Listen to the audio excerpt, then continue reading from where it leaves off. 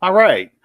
Welcome to another exciting episode of Under the Dome. This is a game week edition of Under the Dome. We play in two nights. We play on Thursday night, the first preseason game of the year. Some people like to fantasize that this is going to be a Super Bowl preview, the Saints against the Jaguars. I'm sorry, as long as you got Blake Bortles at quarterback, you are not going to the Super Bowl. That's just my opinion. Not You need a against much the Bill Belichick defense. you need a much better quarterback than that. You can't beat Tom Brady. This is a quarterback driven league.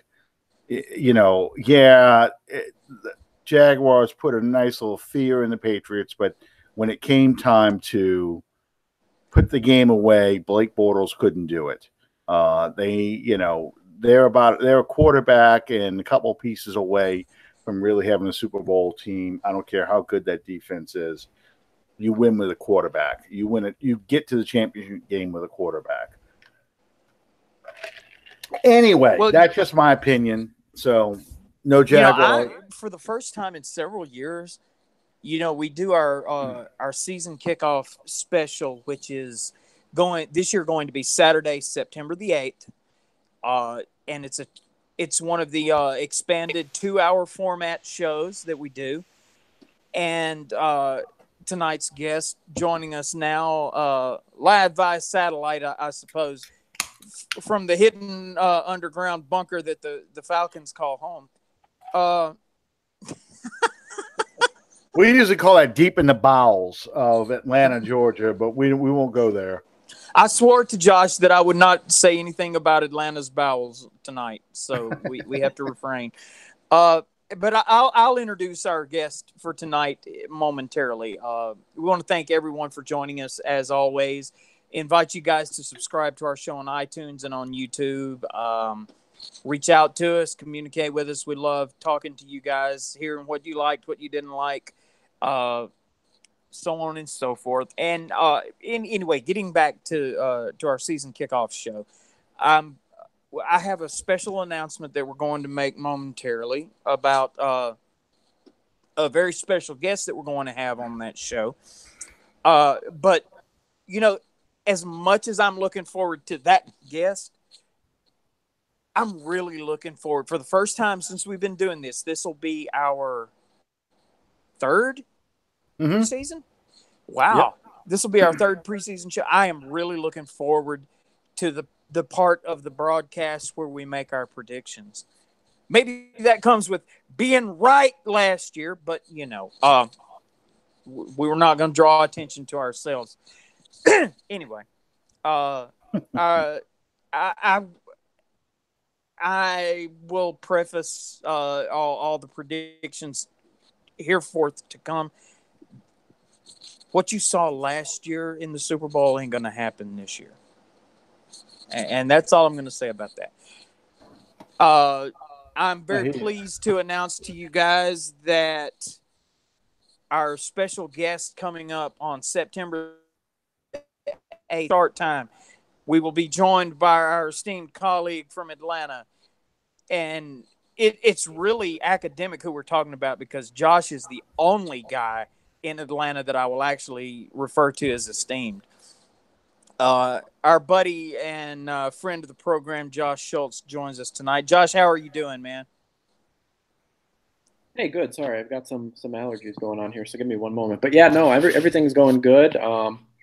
Hanging in there. It's been a long wait for the season to start back up, and so just looking forward to everything coming together again, and looking forward to hopefully what's going to be another good season and another fun season. Well, it came right down to the wire with the 3 of the 4 NFC South teams last year, not only towards the end of the season, but also the playoff participation with the Saints, the Falcons, and the Panthers. It seems like everybody moved on, and then suddenly everybody stopped. What exactly do you seem to think is the most significant thing that Atlanta's done in the offseason prior to the draft, as far as free agency and other moves? What have the Falcons done to try to prolong that playoff run this season? Well, I mean, for them, not including the draft, I think they did have a strong draft, but they're not very active in free agency anymore. The reason being is that the roster's at a really good point. It's really strong across the board. And so really the focus has been on retaining their own players. And so that's been a huge part of the offseason. They gave contract extensions to Matt Ryan. Obviously, that was the big one. Also, Jake Matthews, left tackle. And most recently yesterday, Ricardo Allen, free safety. So 3 guys that got extended contracts and 3 guys that are obviously a big part of the team when you talk about quarterback, left tackle, and the guy that I consider to be the leader of the defense, who is Ricardo Allen. So extending those 3 guys was really the big emphasis this offseason. And, the next focus will be on giving Grady Jarrett a new contract after he's had a very successful couple of years in the NFL so far. Well, then that kind of opens the door for the big elephant in the room, Julio Jones. Describe, I guess, what's going on with Julio? Why he felt that he was going to hold out, that he's not holding out. He just got a new contract. So what's the status with Julio Jones? It's funny. I didn't think you were going to ask Julio Jones questions. I thought we were here to talk about Minnesota and how the playoffs went last year. Ooh, no. Across the bow. No, I could have gone the whole show without hearing about that. Ouch. We could ask Matt Ryan about, last second meltdown against the Philadelphia Eagles, but we won't even go there. Well, yeah, I mean, it's funny, right? Because really, I mean, the game against the Eagles, to me, is kind of where this all starts with Julio. So he drops that game-winning touchdown pass. He really didn't have a great year last year, honestly. Statistically, yes, but he was up there, not necessarily, I don't think, first in league, but he was up at the top and dropped passes. And then he dropped that, obviously, game-winning touchdown against the Eagles in the biggest moment of the season. And so he struggled a little bit last year. He's obviously had some injuries throughout his career. And, yeah, he had 3 years left on the deal. And so, you wonder, all that combined, what made the time right for him to ask for a new deal? I don't know. I would assume it's the other receivers in the league getting paid more as a salary cap increase. But at the same time, you have to honor the deal that you were given and that you signed. So it was really an awkward spot. And I think even the Falcons GM would admit that, because they don't. If you give a new contract to a guy with 3 years left, you're setting a really bad precedent for the rest of the team. Because then what does that mean? Does that mean that in 2 years Matt Ryan's going to need a new deal, and in 2 years Ricardo Allen? So we're going to have to you just can't set that precedent that these guys are going to get deals just 1 or 2 years into their deal. So I think we really had to kind of make him happy by just giving him a little bit more money up front. And I think really the long-term play for him is that he's a bigger guy. He's had a lot of injuries, and I just don't know how much more longevity he's going to have in the league. You look at Calvin Johnson, who's a pretty comparable guy in terms of size and stats and that, and he retired early, obviously, I think when he just turned 30, and Julio's 29 now. So I don't know that he's going to play for much more than another year or two, and so maybe that's why he wanted some of the money up front. But it really put us in an awkward situation. But I think they did a really good job of trying to handle it and push it down and just give him a little bit of money up front and get him in camp. And I'm glad he ended up being there.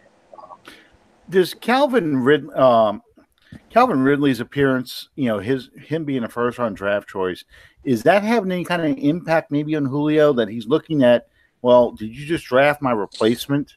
Talk a little bit about that. How is he fitting in with the offense? And even though they're Alabama teammates, do they how do they see each other, or is there much talk about that? I haven't heard much in terms of them knowing each other previously, and I would think that Julio wouldn't have thought of him as a replacement necessarily, considering that they lost Taylor Gabriel in free agency to the Bears, and so they had a good receiver. And really, Mohamed Sanu is best suited to play in the slot for the way he works the middle of the field. So really, Ridley makes sense as your outside guy, your number 2 outside guy across from Julio. So, I don't know if he's necessary replacement. He's certainly a good insurance policy as Julio goes through injuries and gets up there in age. But I don't necessarily think they ever viewed it as a replacement. So I don't know that it was that in particular. Him hanging around with Terrell Owens probably wasn't a great fit. Honestly, I don't think there was rumors that the coaching staff wasn't thrilled about that. Because Tito does have, a history of being dramatic and causing situations like that to be more dramatic than they need to be. So maybe it's that and T.O. pushing him kind of down a different path than maybe he's ever shown, because really prior to that, he was a team first guy, very humble, very quiet, very focused on his work, and never really so much worried about the money and all the other stuff that comes along with it. So to see that change was really interesting. I'm not sure where that came from, but something changed. Well, let me ask you this. Are you at all concerned that moving forward from this point, with all of this coming to a head at such a crucial time, that this might be a distraction from what the team is going to try to be accomplishing on the field this year? Yeah, I mean, it could have been. I think if it lingered into camp more, it definitely could have, especially given the drops last year and the struggles on our offense in the red zone. They were 25th in red zone efficiency last year. That's terrible. They're lucky they even made the playoffs with that bad of a number. So I think to get all that stuff back on track, not having him in camp to be able to get the reps in and the timing right would have been a distraction and a really big upset for the season, because it really would have gotten us off to a bad start. But going forward, they've assured him that they would address his contract after this season, pending all goes well. So if that's the case and he has another good year, then, we're kind of, I guess, back in the same boat next offseason.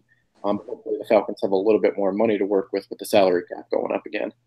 That's kind of the idea long term. But at the same time, in my mind, the focus for them has to be on the guys in the trenches like Grady Jarrett, Vic Beasley, these guys that are going to be at positions along the trenches where you're really going to have to be successful in the playoffs. And then going even deeper than that to the defense, Deion Jones, Keanu Neal, all these young players that we drafted and turned into really good players are going to need new deals soon. So for me, if you put me there and said, would you rather re-sign those guys or keep Julio, I would take those guys over him. I love Julio, but receivers are replaceable, and those guys in the trenches and those superstars on defense are not easy to find. So I'd much rather focus on those guys and kind of see where that takes us. Well, one of the things that we read a lot about in the offseason was Atlanta's defensive line, trying to generate more of a pass rush, trying to get a better job stopping the run. How do you think they addressed that this offseason? Do you think they took a step forward, or do you think it's kind of still a work in progress? How do you see that? Yeah, I think it's really more work in progress right now. And that's my biggest concern going into the season is how do they match up in the trenches with some of these teams that are really, really strong in the trenches, like the Eagles and the Rams and even the Saints. These teams are really established in the trenches, do a really good job of running the ball and staying balanced. And the Falcons lost Tari Poe in the offseason, who had a pretty good year last year. And they were able to replace him with a couple different guys. Terrell McLean's kind of been a journeyman across the NFL, played for a couple different teams. They think he'll do better in the 43 than he had in the 34 in Washington. They drafted a defensive tackle in the third round, Deidrin Sanat, who they like as well, but those guys take time to develop. So it's going to be interesting to see how that, I think if they have one big weakness on the team, it's definitely that second defensive tackle position and even the guard position on the offensive line. So that could be really their Achilles heel this season. That might hold them back from potentially making a run. Yeah, that's where I kind of saw the weaknesses of the Falcons too. I think the Falcons are good at the linebacker position and are good in the secondary. But I think, their weakness is in that front four. And I do agree with you. There's only so much that your center can do to really help out those guards. You've got pretty good tackles on the edge, but it's that push up the middle. And unfortunately, for a quarterback like Matt Ryan, that's where he really struggles when he gets a lot in his face, why it made sense to invest so much in a center. But the guards, not being that strong, when he gets that rush in his face, he tends to stare at the rush more than look downfield for a passer, which is a natural instinct. Yeah, and it was interesting because our first depth chart released yesterday, and they signed Brandon Fusco to play right guard. He played in San Francisco the past couple of years, and he was known as a solid run blocker.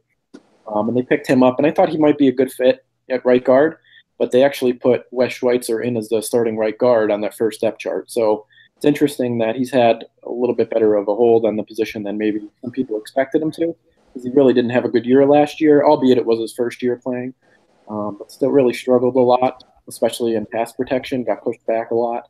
and allowed defensive tackles to get in the face of Matt Ryan, which really disrupted a lot of the timing of our offense. I think that's a huge weak spot for us. And if you had asked me sitting here right now, I just don't know that they're strong enough there yet to beat teams that they're going to be just dominant there. The Eagles had a great run last year based on the trenches. The Rams really loaded up there. And the NFC is just stacked and is really difficult. I think the Falcons are going to do really well. I could say that I would think they'd be a playoff team again with all the other talent they have. But when it comes down to a tough playoff game, that's going to be running the ball and winning up front. It's going to be a challenge. Yeah, Minnesota is another one that's really tough to run on the ball. So, absolutely. John, did you want to ask a question? I wanted to. You in the back. Yeah. Bueller. A year ago, I didn't necessarily, and please don't take this as being as disrespectful to your team as it may sound. I wasn't quite as concerned with Atlanta because I felt sure that the transition from at the offensive coordinator position was going to have an effect on you guys way more than just switching out players would, so to speak. Has that transition seemed to towards the end of the season last year, through the course of the offseason this year, has that transition seemed to level out somewhat and possibly yielded a little bit more smoother results?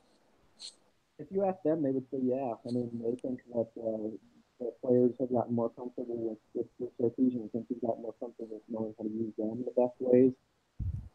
But for me, I'm still not sold on it. I want to see it take place on the field because it was just so inconsistent last year. We had games where they did really well, and especially in like the Seattle game.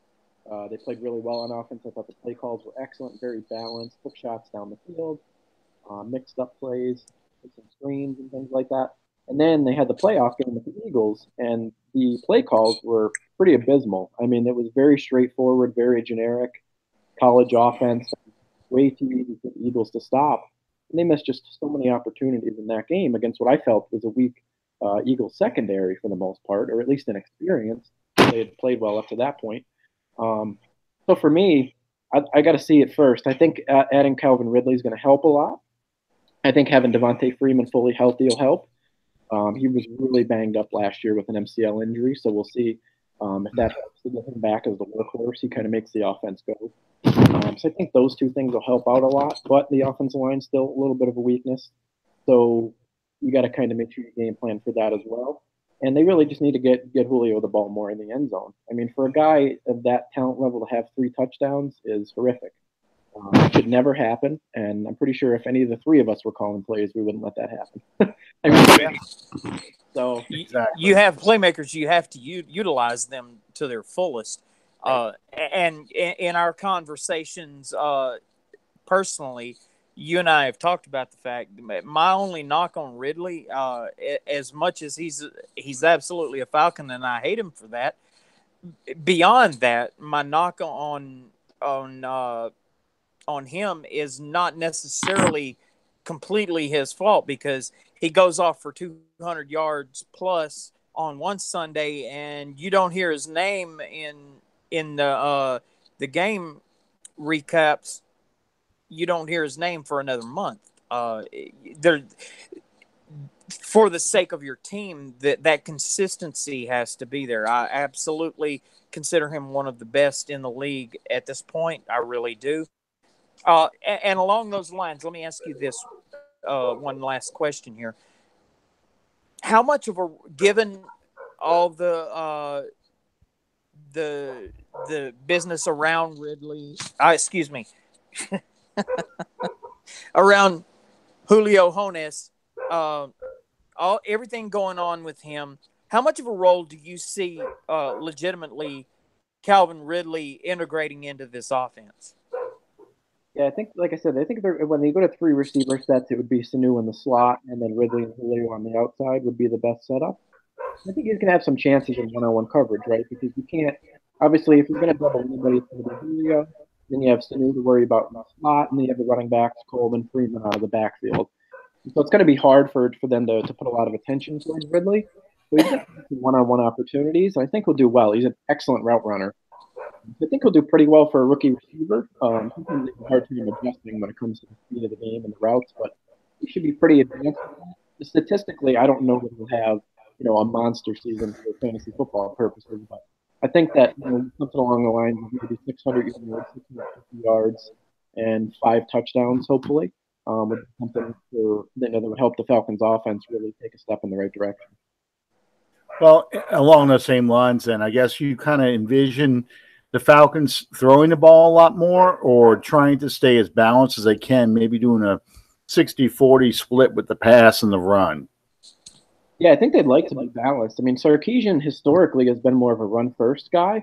With the weapons they have in the passing game, you can kind of go pass first if you wanted to. So I think it's really important to stay balanced, establish the run game first, and then Matt Ryan's really, really good with play action. So if you can get the run working, and then you turn play action into passes down the field, and that really gets the passing game going. So I think it does start with the run still for us, especially when Freeman seems to be the motor for our offense. That gets us the tough yards and gives us some energy, and then Coleman as well with big runs. I think the running game to play action, opening up the pass game, will be the best way to go. But it wouldn't surprise me to see him come out in some games and try to attack just with the pass against the weaker in the secondary with the weapons they do have.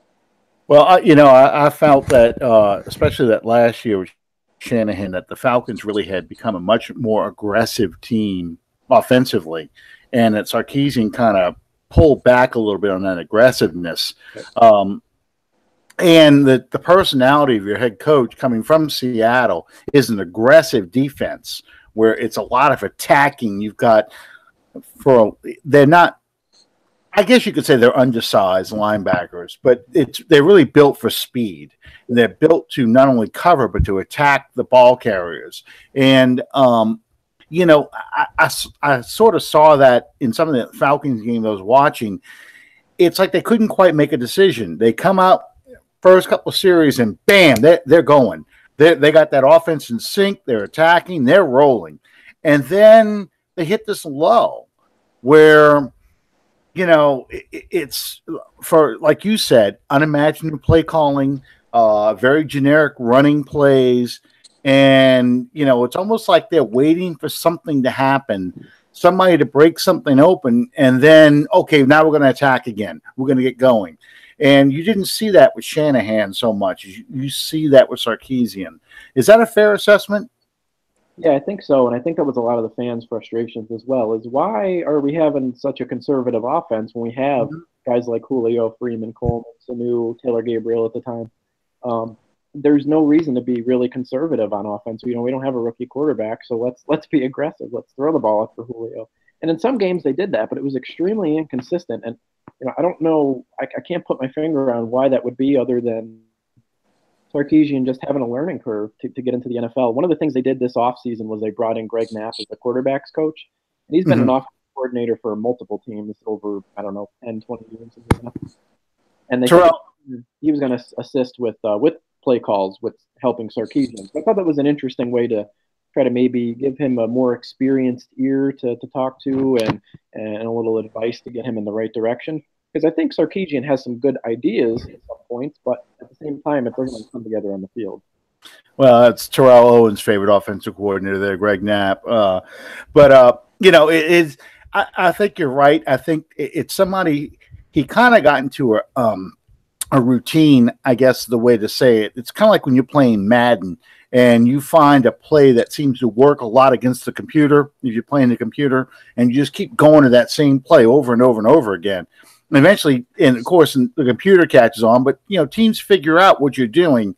And I think we saw some of that, especially in the Saints-Falcons games. The Saints kind of were starting to figure out, okay, this is where he's going with the ball. So they just kind of roll their coverage that way. And Matt Ryan would have to hold the ball longer or it would lead to turnovers.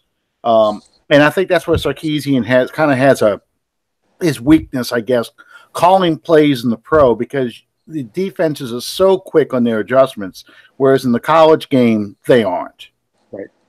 Yeah, I'd agree. And he didn't really adapt as well throughout the game. It was kind of the same. Like if they would come out in the first half and they weren't really moving the ball much, you'd think that they'd go in at halftime and make big adjustments and change some things up, but it kind of seemed to be the same. So there has to be more aggression and more adaptability to be able to play against these really good defenses that they're going to be facing.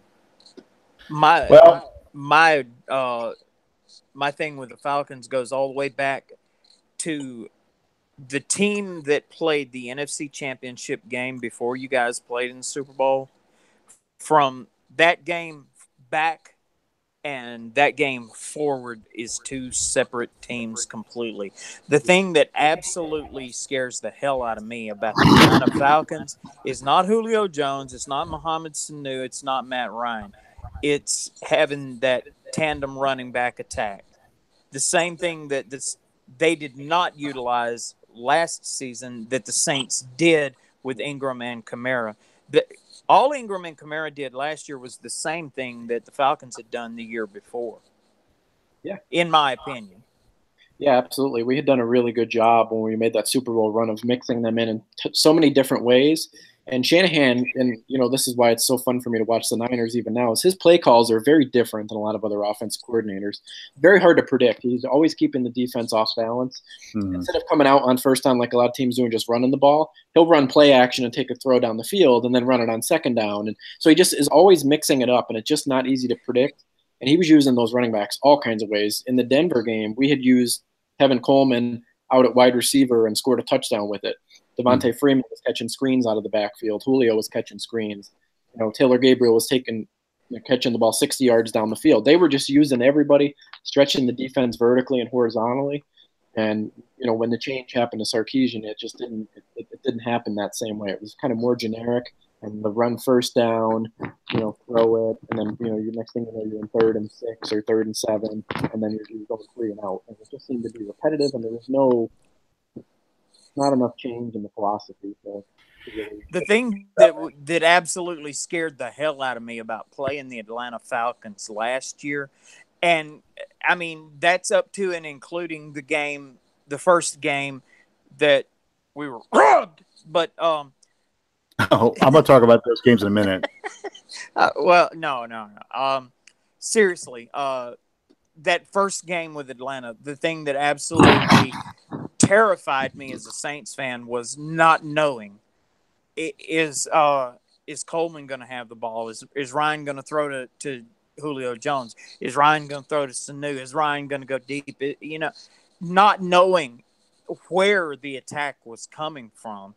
And like you guys have alluded to in this conversation, that for whatever reason, when you guys played us last year, that didn't seem to be a part of the game plan at all. And I think that's when your team is at its absolute most lethal is when you don't know where it's going to come from.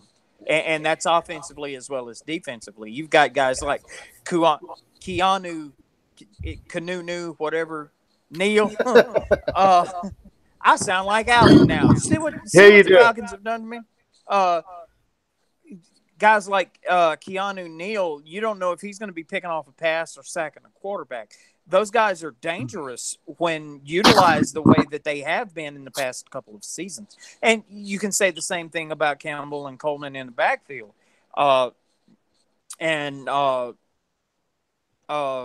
Julio and Sanu as receivers. You don't know if this guy's going to run a middle route to clear out for him going long or vice versa. And, as much as I may despise the guy, Matt Ryan is one of the better quarterbacks in the league. You give him enough time, and he's going to rip you to shreds.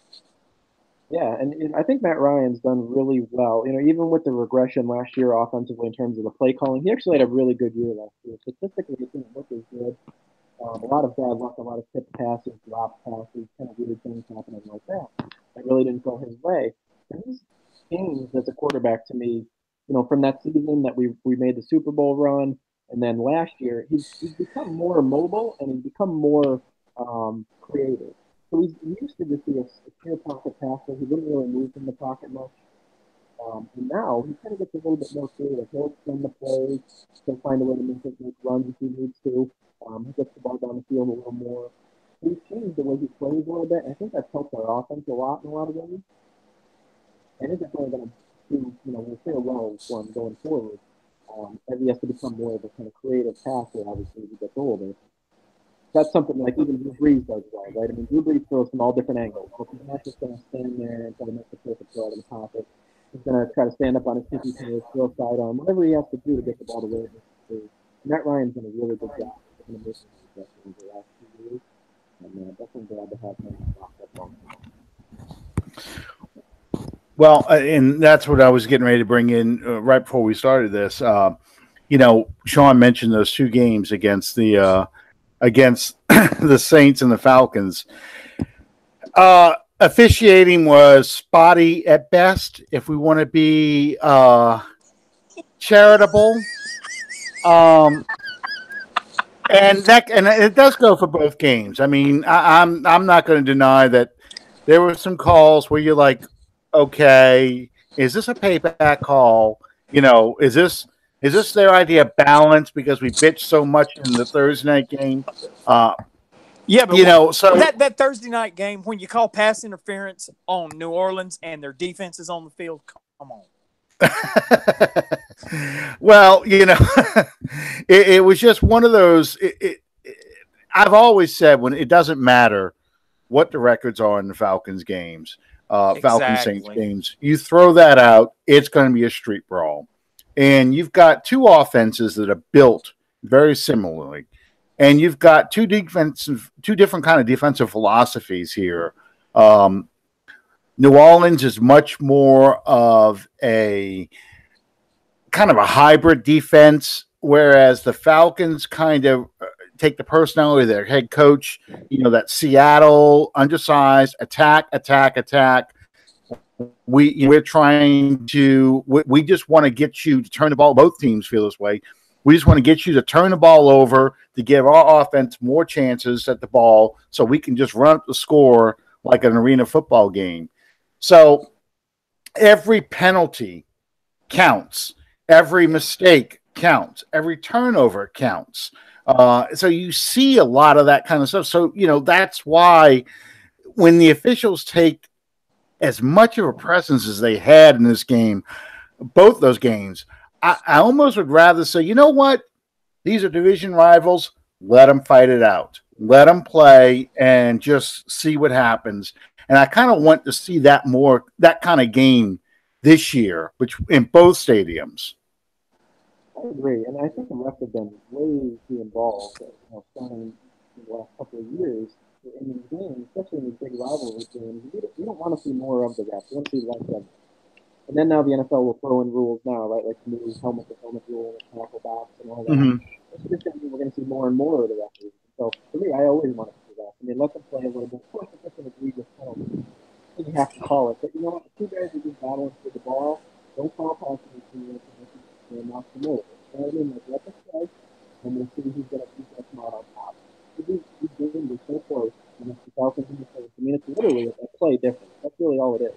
And yep. So in falls like that, you're pretty much affecting the rest of the team. Your job is not. Exactly. So they need to take a step back. The NFL can do a much better job.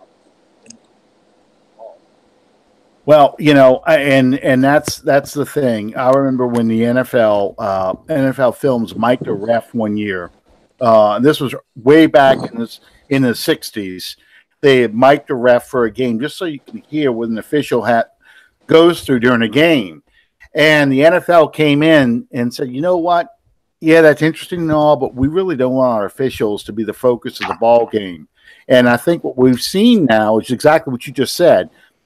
With the helmet-to-helmet rule and using your helmet as a weapon rule, all the helmet-to-helmet calls, things like that, the officials are becoming – I understand the safety side, but the officials are determining so many of the outcomes of ball games now because there's so much parity in the league, and teams are so similar now that exactly what you said. One play, one call makes a difference in the ball game, and with these rules, it's just that much harder now to keep the officials out of the game. And when you get to the playoffs, though, and this is the last thing I'm going to say about this, but when you get to the playoffs, then now the officials are stepping aside and they're doing what we just said a few minutes ago. They let the guys play, and it's a much more enjoyable game because it's called both ways. Hey, they're just going to fight. Let them fight it out. I want to see Lattimore and Julio Jones battle for the ball. I want to see the Saints defensive front battling out with the Falcons offensive front without worrying about a holding call or a defensive holding or roughing the passer and all those things. I want to see a good football game. And I think that's what people want to do. I agree. And I think, too, a lot of it comes down to really the refs reacting to things that are going on around them, whether it be the coaching staff yelling, the players yelling, the crowd boo, or whatever it's going to be. Mm-hmm. You see flags coming in really late all the time. And it's, either it happens in the moment or it doesn't. You shouldn't have to sit there and have to react to everybody else's reaction and make that be the judgment of, well, it was 50-50, so, okay, the crowd reacted, I'm going to throw this flag. They really need to let them play in that situation and just not throw a flag then. And I don't know how this whole rule is going to go with the no helmet, the helmet, and the tackle box. I mean, you pretty much have 10 guys in there just running into each other. Other than outside of just stopping the game on every play and looking at a replay, I don't know how you can accurately call that in a live game. I don't even know how they're going to get through the preseason with it. It hasn't looked good so far. No. I seen absolutely no way that these after the few plays that I saw in the Hall of Fame game the other night that were called as penalties, you might as well put the little belts on them with the flags and have football be that. Football, I got breaking news for all you guys, and I've been in and around the game as my esteemed colleague here for 40 plus years. We're old, but damn, we're good. We've been around this game long enough. I can tell you with a certain amount of certainty, if that makes any sense. This, by its very nature, is a violent game. When the ball is snapped, you have now 300-pound plus guys running into each other's skulls. It is designed as a dangerous game. You fully accept that that responsibility when you button up that chin strap and you walk out on that field. Are there unnecessary injuries? Sure. If you check the knee injuries in the NFL up against the knee injuries in the NBA, I think you might be somewhat shocked at just exactly how comparable those numbers are. These guys are well-compensated professional athletes, and that's a part of the game that they play. Now, I am not at all for barbarism, the going low on somebody and trying to blow out their knees. There's no place for that whatsoever in this game. That's not what this game is about. It's not about the Jack Tatum assassin role that was in the 70s. But you can play. That was Darryl Stingley. Yeah. You can play this game without being a headhunter, without collecting scalps, without ruining someone's career to win a game. I don't see how all these rule changes are improving the game at all. I really don't.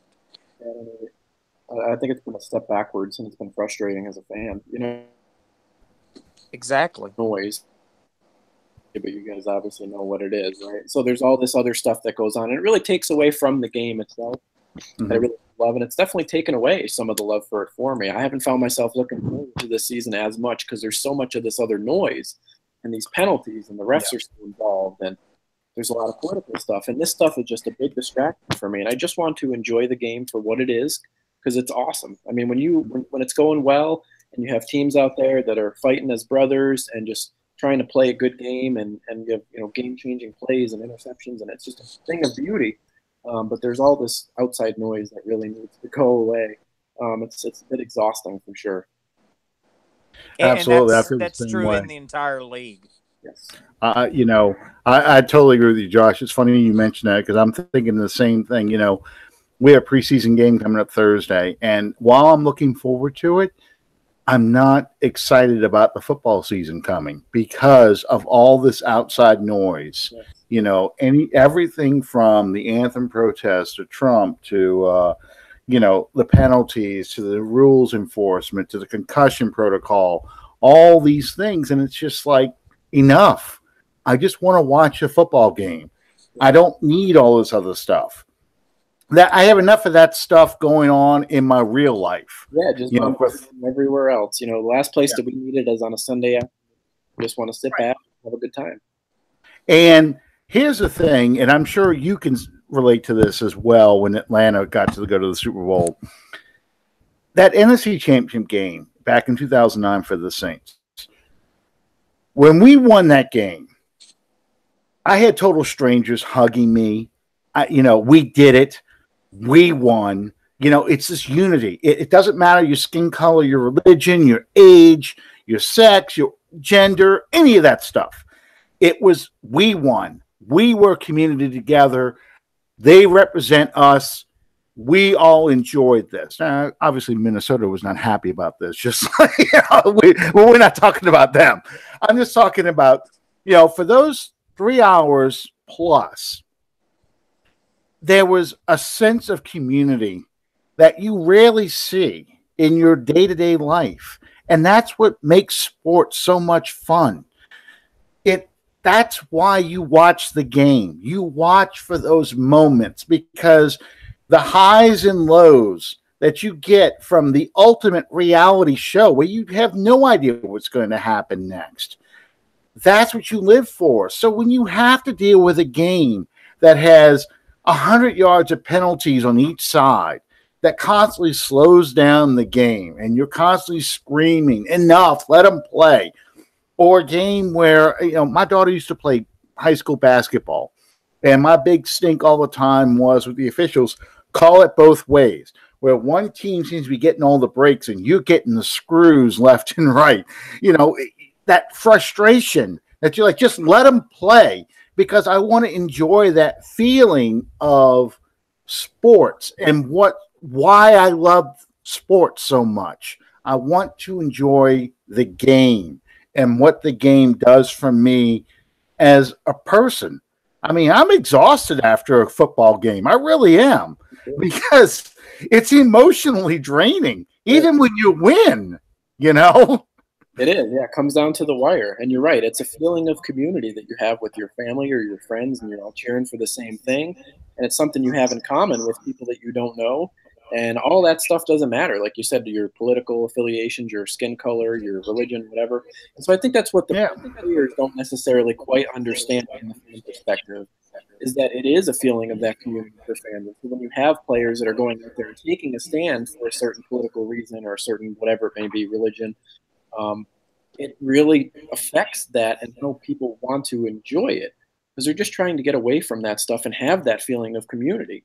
Exactly. So what they're doing is just taking away from that, and that's why people are so frustrated.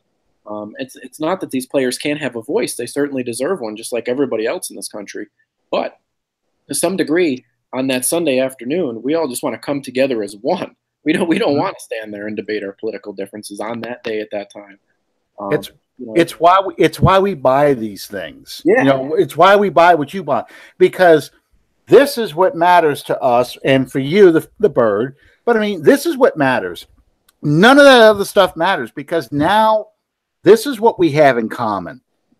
And when you start bringing in other things like that, like an anthem protest and all that stuff, now we're starting to remind ourselves, yeah, you know why?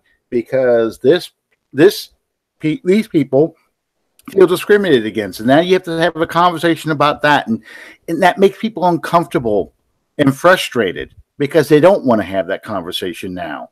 We have that conversation after 3 hours on a Sunday or a Monday night, or before that. We don't want to have it during those 3 hours. Don't talk to me. I want to watch the game, Yeah, nothing else 3 hours, nor should it. It's frustrating. And I think it's frustrating for fans as well. I mean, these are millionaires, right? I mean, certainly none of us fans are, most fans are not millionaires.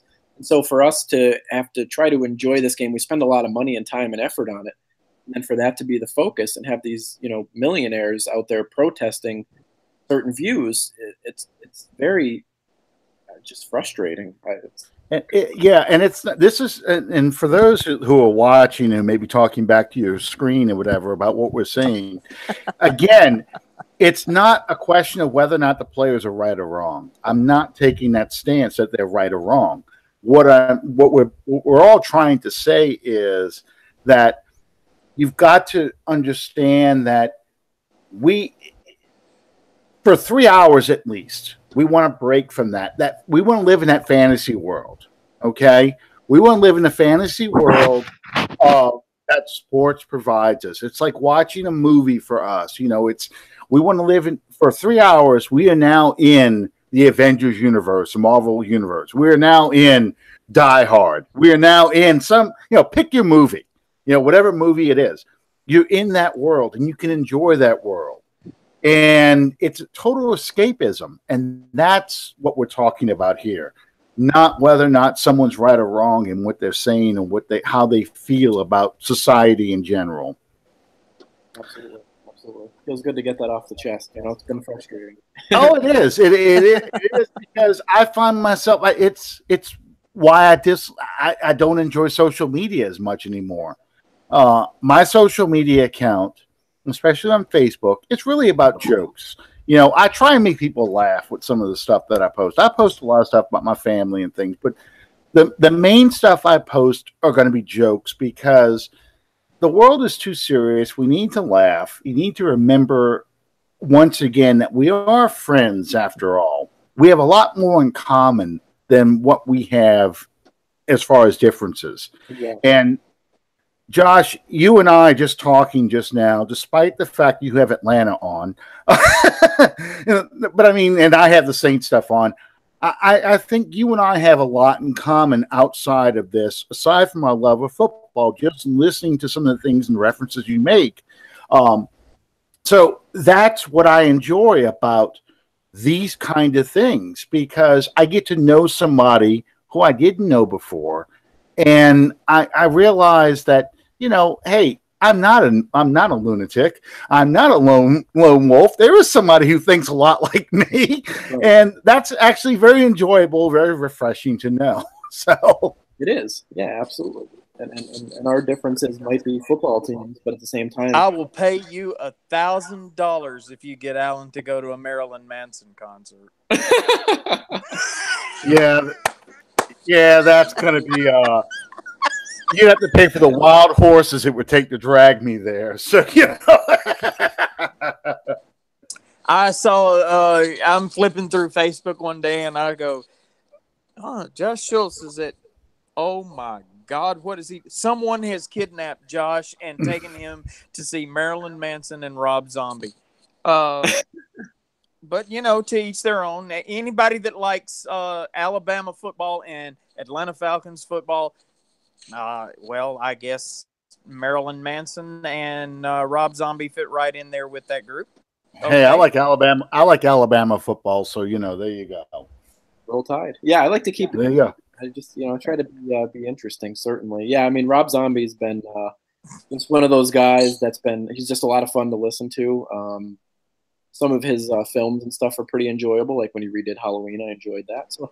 Just more of a fan of him, less so Marilyn Manson. I actually thought Marilyn Manson was going to be pretty terrible live, but he wasn't as bad as I thought. So I don't know. He's a bit weird. I will absolutely take your word on that. if anyone ever sees my Facebook status reflect that I am at a Marilyn Manson concert, y'all please come help me. Something has gone terribly wrong, and I am being held against my will. More importantly, how's the little guy doing? He's good. He's good. He's getting big and learning new words every day, running around, wearing me out. I find that I don't know if it's just that I'm getting older or just that I'm chasing him around more, but my bedtime keeps moving up earlier and earlier. You're getting old. Yeah. Oh, yeah. A very big 27 years old, really wearing me down here. I'm just having a hard time. Man, I used to go, when I played music, I would go days at a time without sleeping. And now, since I've stopped working, I see to the kids, and especially during the summer, I'll be sitting here and I will have fed them and everything, and we're all just kind of hanging out watching TV, and I'm like, man, I gotta go to bed. What time? And it's like 6 o'clock, and I feel so. I feel like I have betrayed my upbringing so much. One last question, Josh, before we let you go. I got this idea from a buddy of ours that does the Buck What You Heard podcast, Gene. Whenever you look and you see, okay, this week we play the New Orleans Saints, what is it about that team that, as I alluded to earlier, being the running back tandem and the multi-pronged offensive attack that you guys have shown a proclivity for prior, what is it about the New Orleans Saints that stands out to you and says, okay, this is what just absolutely concerns me? Yeah, I mean, always looking forward to those games. I mean, as good of a rivalry as it is, those games are just fun to watch, way more so than any other game on our schedule. It's funny because originally, as a Falcons fan years ago, I definitely had a true hatred for New Orleans and watching the games and just hated them, just wanted to crush them into the ground. But I think seeing the way that they've kind of turned their team around, right? You guys obviously won the Super Bowl, went through some rough years after that, and then kind of rebuilt. And I've kind of come to admire that a little bit, and then obviously talking with you guys about it. And for me, I really think that what stands out is really the defense in terms of Marshawn Lattimore in the secondary. I just remember years where you guys just had an abysmal secondary that yeah, back there who's just a superstar. For him to be a rookie and be that good is amazing. I mean, he's a superstar in this league. He's going to be a great – he's the potential to be a Hall of Fame player. That's what stands out for me because it's really changed kind of the way that I look at the New Orleans game, where I kind of always knew we'd be able to attack you in the secondary and have success. Now it's a little bit more of a question. There's some talent back there, starting with Lattimore, that really makes me question if we can certainly, make some of the big plays that we used to make in the passing game against New Orleans. And, of course, the other offense is Drew Brees. I mean, as good as the running backs are, Drew Brees is just really super accurate and just finds ways to win games that are just so frustrating. For as small as he is, I mean, he'll make plays that are just unbelievable, where he escapes a sack and makes a crazy throw or a crazy flip to a running back at the last second, and it turns into a big game. Well, just a lot. Josh, you mentioned earlier the Minnesota game. Marcus Williams has used that game as motivation, and I'm going to tell you right now, that's your player to watch this coming year. They got a couple other Saints defensive players that have taken a step forward, but Marcus Williams is a man on a mission. And if he can have a season like Darren Sharper had back in 2009 with 9 interceptions, I think Sharper had 3 touchdowns on returns. If he can have that kind of season, that's a lot of trouble for a lot of teams. And I really think he was humiliated and embarrassed by what he did in that Minnesota game because he feels like he cost us that game and our shot to another NFC Championship game. So we're really seeing it. I think he's picked off Drew Brees 4 or 5 times in practice. 4 times? Yeah. Yep. And Brees is hard to pick off in practice, because Brees takes that as an insult, and he punishes himself for that, and he really tries hard to attack you if you pick him off. He's going to try and make you look bad. They had a funny thing happen in a practice a couple days ago, and the defense was really getting on the offense. You could hear them. I think Breeze went 0 for 5 in passing, and you could hear the defense going, "Shut out, shut out, shut out." And Breeze uncorked one and threw a deep ball on him on a double move. I think it was to the rookie, Taquan Smith. Yeah. And after that, you could hear Breeze talking smack right back. He says, "Yeah, how about that shutout? What about that shutout?" That kind of thing. So, for Marcus Williams to be doing what he's doing, it's fun to watch these guys go against each other. But he's going to be someone to watch. I really think that's going to be the most improved player in the defense this year. So, yeah, and that's good to take that step. I mean, considering what he went through, and obviously that's huge, right? I mean, you do make a mistake like that in a critical situation. But to me, no game ever comes down to one specific play in terms of a player mistake like that. XYZ things that you can do prior to that to change the outcome. It's tough to put that on him, but it's good to see him respond in a positive way when he really could have went the other way and really kind of gotten down on himself. I think that says a lot about Marcus Williams, the fact that could have killed his career, and it very well, at least at this point in time, it looks like it, instead of killing his career, it created it. Yeah.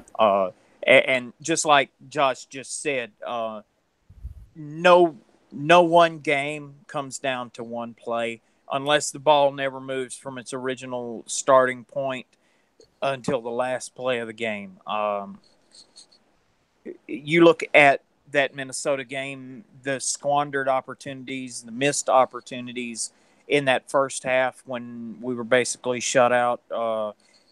If the same team played in the first half against Minnesota that played in the second half, that would have been a completely different ballgame. Not looking back, looking forward. Josh, thanks, man. We always enjoy having you on. You're the one person that represents the Falcons that we can be face to face with without having to be censored, and we very much appreciate you filling that role for us. How can people follow you and your work, man?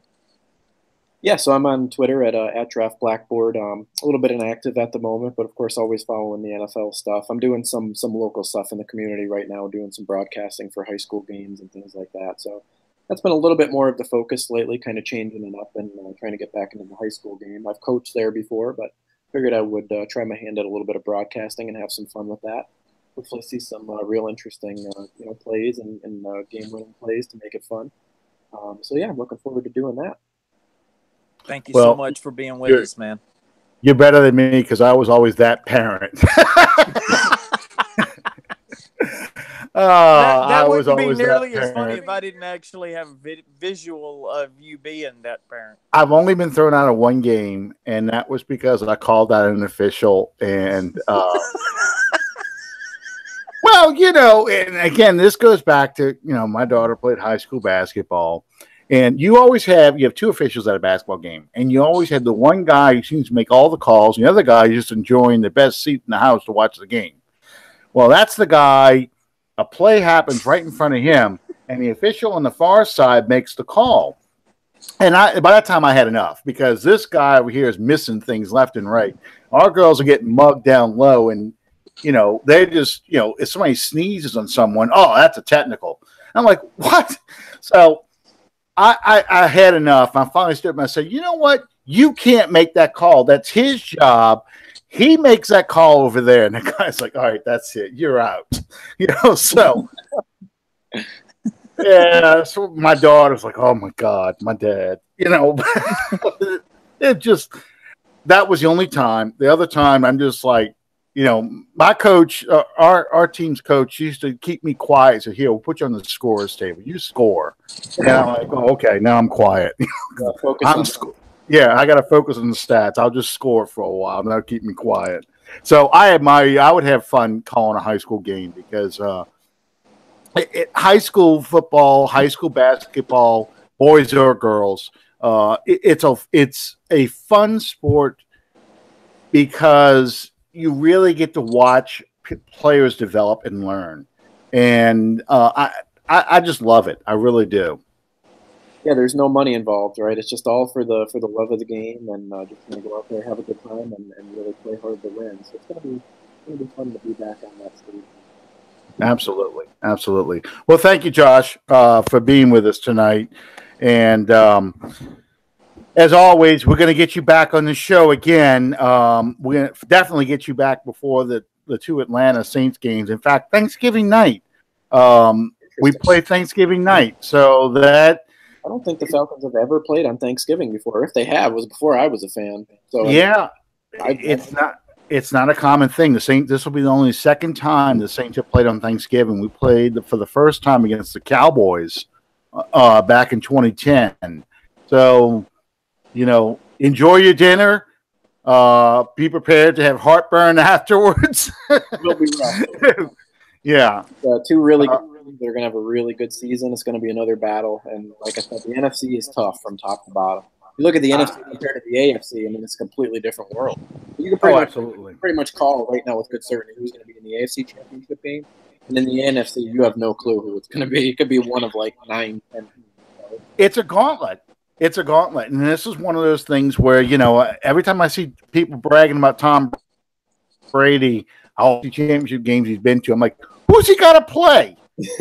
He plays the Steelers, the Ravens, and whatever crappy team comes out of the AFC West. That's who he plays all the time. Right. He doesn't run the gauntlet teams do. He doesn't have that kind of division he has to play in.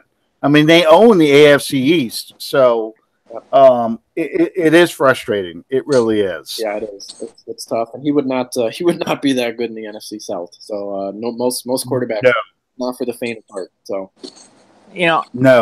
I got absolutely lambasted in a group once because I made the comment that you take Tom Brady and put him in the NFC South, and he's just another average player.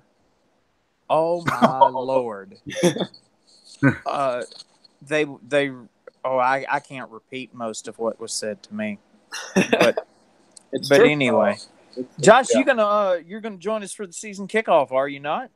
I would like to. If I can get it in there, you got to remind me when it gets close. I think you said September 8th. I don't know. September 8th, 7 p.m. Central Standard Time.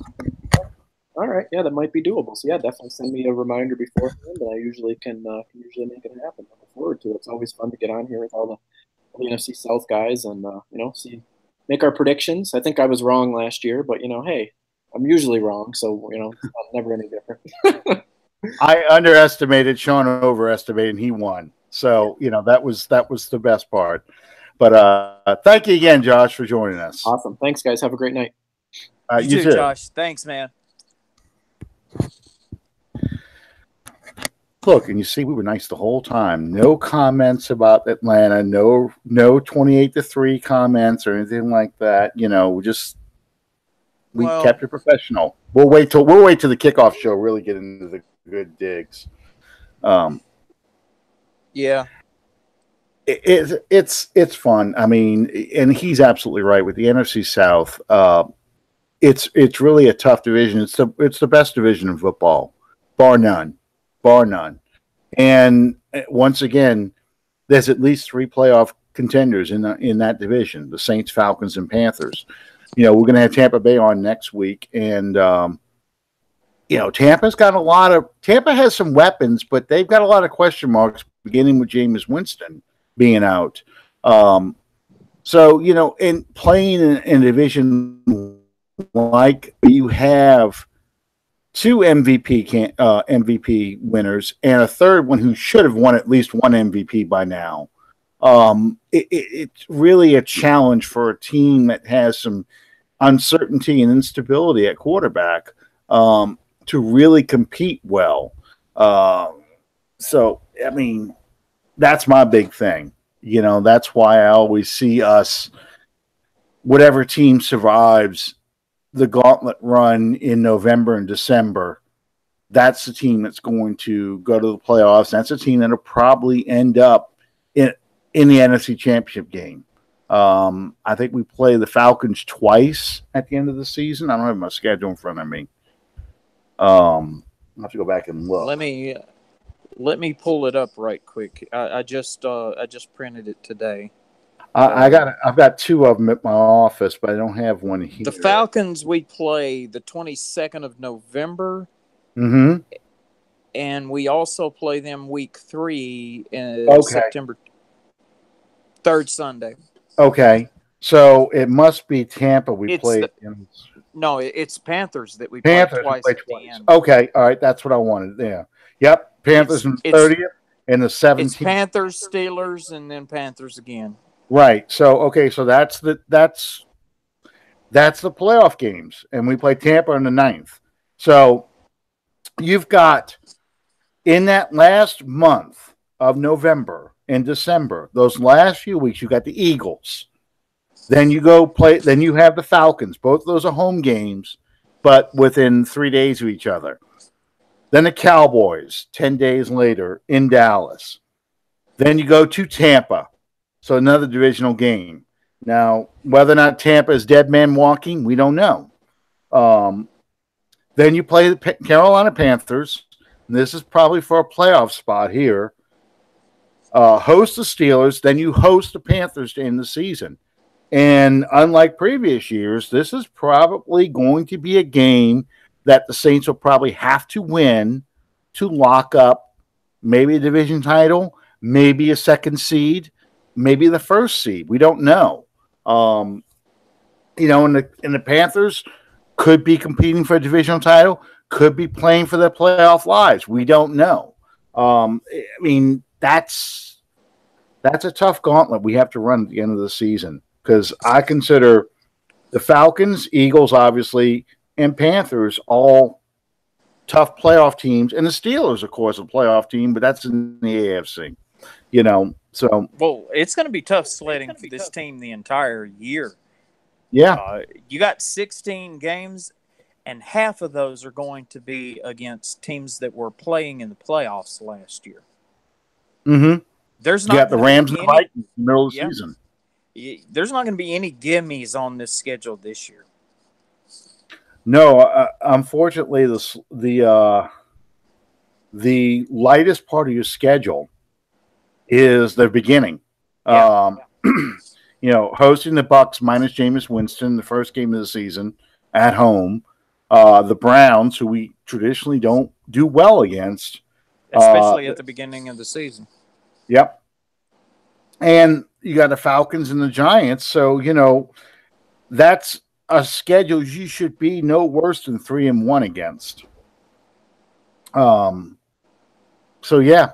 I mean, this is a tough gauntlet.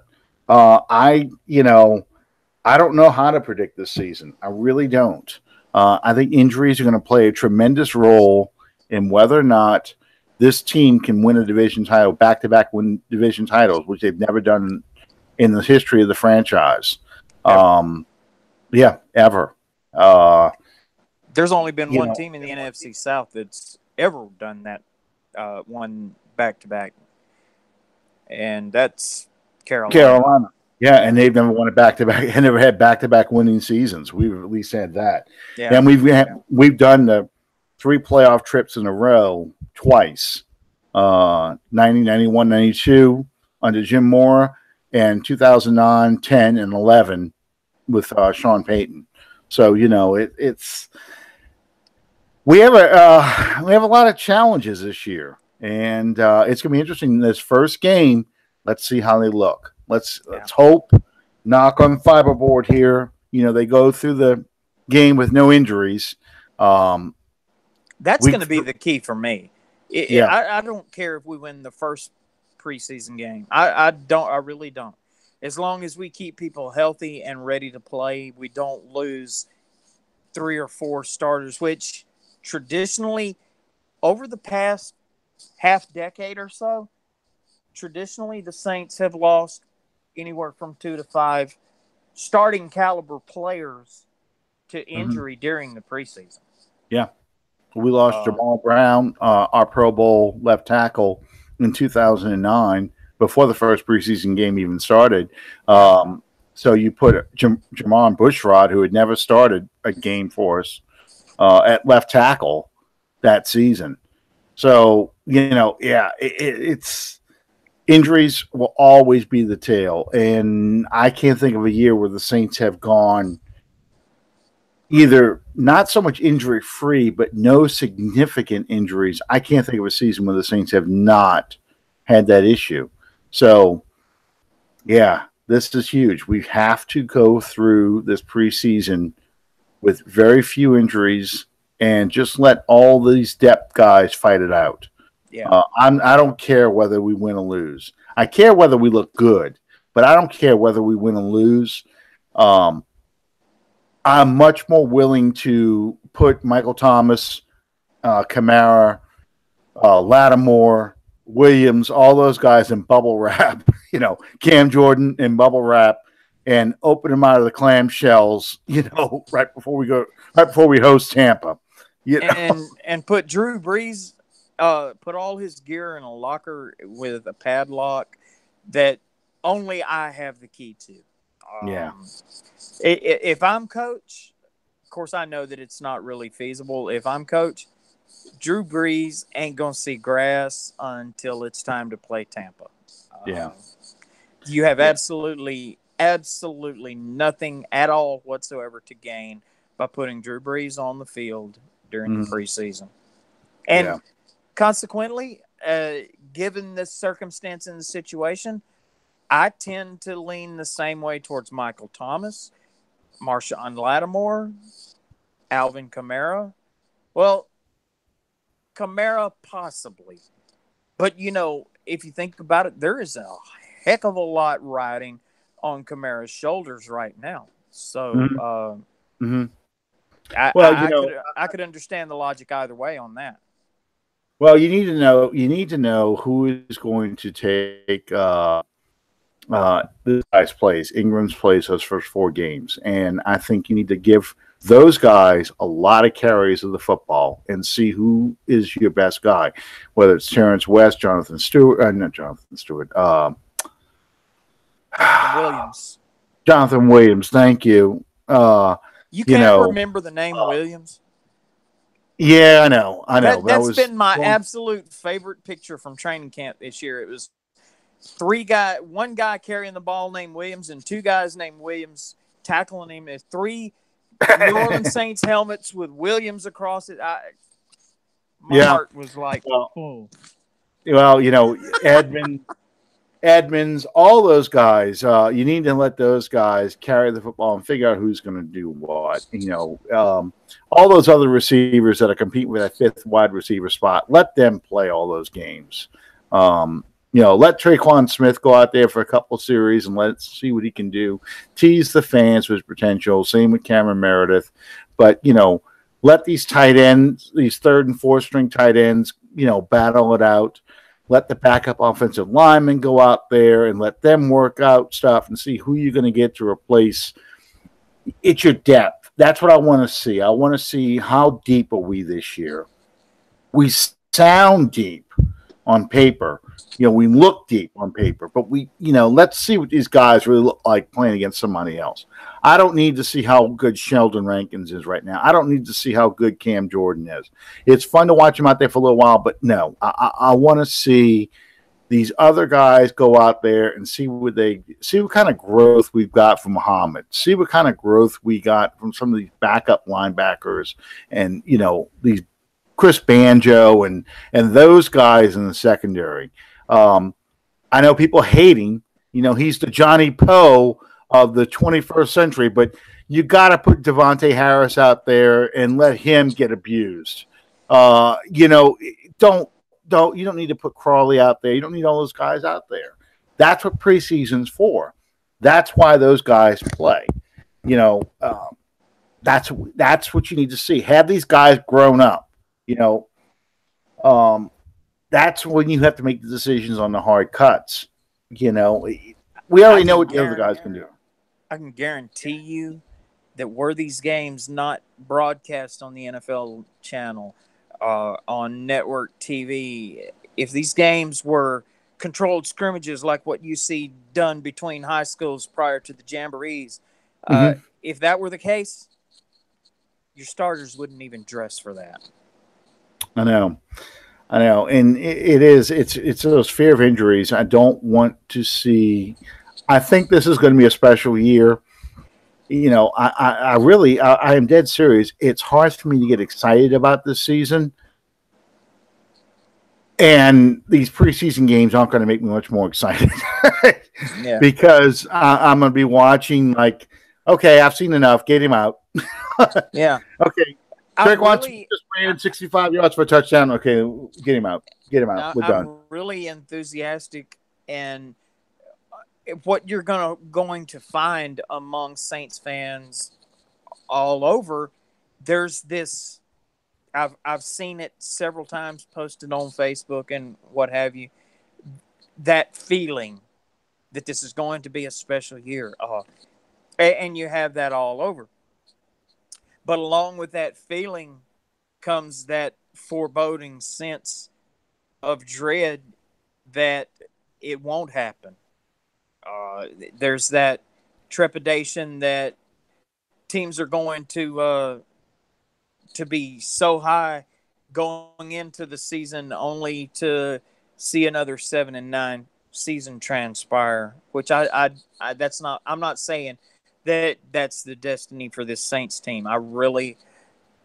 I get the sense, unlike any team that I've ever seen before, including 2009, that this is going to be a very special season, but with a very special team. And I say that with the slight caveat that nobody's gotten hurt yet. Yeah, exactly. 2011 was the last time I was this. I had this feeling that this could be a good team. The 2011 team was that I had that feeling. I didn't know Jimmy Graham was going to go off the way he did, but I was excited about Darren Sproles, and I thought Sproles was going to be everything he was. He showed up in the regular season. I thought that the defense was playing with an anger. I thought it would be better, but I thought they were playing with an anger because of the way the 2010 season ended. I thought, just like Marcus Williams' humiliation in Minnesota, I thought that, beast mode, Marshawn Lynch going through the defense like that humiliated Greg Williams in that defense. And I really thought they would come out there and punish some people for that. And it took about week 3 with the Houston Texans, that comeback game against the Texans, that you really started to see how good this 2011 team was going to be. And we can't afford that this year. I think we need to come out smoking this year early. And so there's part of me that says, okay, if we're going to, to borrow a line from Gladiator, if we're going to unleash hell on somebody, let's unleash hell on the Chargers in week 3 when the starters are out there for a while, and then pull them out and, okay, we're good to go. We're ready to go now. And come out against Tampa and just kick the crap out of them. Take their lunch money, stuff them in the locker, give them the wedgie, slam the door shut, and say, and I'll be back for your ass tomorrow, and just carry on your rest of your season. True enough. Okay. Thank you guys for joining us tonight. We hope you enjoyed the show. Let us know. We're easy to find. We want to thank Fan First Productions for being our sponsor. Oh, wait a minute. Our guest showed early, so I forgot all about the big reveal tonight for... Yeah, you sure did. Boy, I hope he wasn't watching expecting to hear his name called. That could be a real damper. Real downer. But anyway, our very special guest for our season kickoff shows, Saturday. Note the unusual day. This is a tradition for us. It will be the night before opening day, Saturday, September 8th. Our season kickoff show, special expanded 2-hour format. Our very special guest that night will be former New Orleans Saints linebacker Jolon Dunbar. We're really looking forward to having Jolon on with us, as well as representatives from all of our NFC South Division teams. That'll be Josh Schultz. That'll be our guest next week, Gene Thomas from Buck What You Heard podcast. And our friend from last week, Corey Lashney. Did I get it right? Lashney. I think you did. Yeah, okay. Those guys will all be with us in the second half of the show, and we'll be doing an NFC South roundtable as we normally do. Who else? What am I missing? I'm forgetting. I think you got everything. Okay, For those of y'all who trying to remember, those of y'all trying to remember Jolon Dunbar, go to YouTube and look up Reggie Bush's big game against the Vikings in 2008 on Monday Night Football. On Reggie Bush's first kick return, watch number 56 level somebody to spring Bush for the big touchdown. And after he hits, he does this little thing, to show that he just totally destroyed this guy. And that's what I remember most about Jolon Dunbar, his time with the Saints. That play, and of course, he filled in for Jonathan Vilmer back in 2011 when Vilmer was hurt. But yeah, I'm really excited to talk to him because I wanted to ask him about that play, because linebackers especially dream of a hit like that on somebody. The guy was totally blindsided. I'm telling you, go look at his 2008 Minnesota Vikings highlight. Reggie Bush scores, Reggie Bush goes off. It is a fun video from that standpoint, Reggie Bush. We lose the game, but that's just an unbelievable shot. Mike Tirico loves the it. Game, you just will get to take something like that. Oh, Mike Tirico loved the hit.